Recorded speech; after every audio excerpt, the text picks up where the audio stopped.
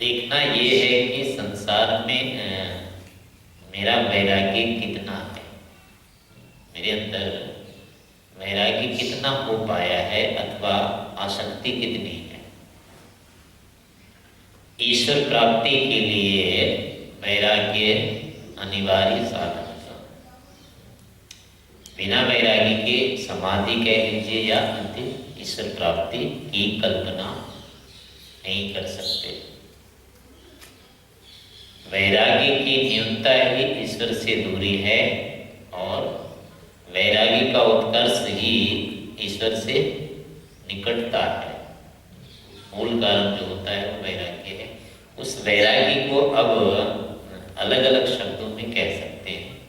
संसार के प्रति जो लगाव है वो अवैराग्य है और संसार से के प्रति जो उपेक्षा है, न चाहना इसको, यही क्या है, वैराग्य है।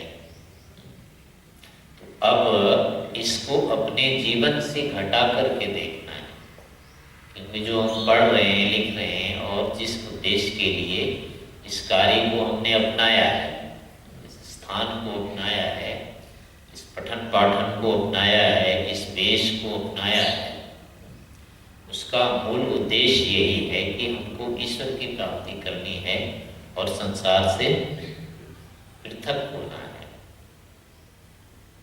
तो अब सीधे सीधे मतलब अपने जीवन से घटा करके देखना होगा, अपने ज्ञान के स्तर को, अपने जीवन को, मेरी कितनी आसक्ति है इसमें। शास्त्र की भाषा में यही क्या है, सो स्वामी संबंध। दूसरे शब्दों में इसको ऐसे कहेंगे, यही है सो स्वामी संबंध। तो अब ये सो स्वामी संबंध को हम कैसे काटें या इससे कैसे हम अलग होवें, ये विषय रहेगा। तो अपने जीवन में शब्दों से तो नहीं होगा ना ये लक्षण आएगा। अपने जीवन तो केवल इसके जो भाव हैं वहां से पता चलेगा। कोई चीज हमारे पास में है, अब इसको हम अपना कहते हुए कितना अपना मानते हैं, ये दूसरा नहीं समझेगा ना।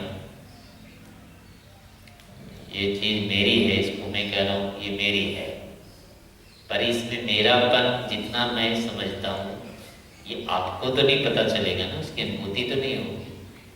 ऐसे ही आपकी वस्तुओं के अंदर कितनी है आपकी आसक्ति है या अनासक्ति है, वो हमको या दूसरे को नहीं आएगा समझ में। इस कारण से सीधे सीधे अपने को ही करनी पड़ेगी।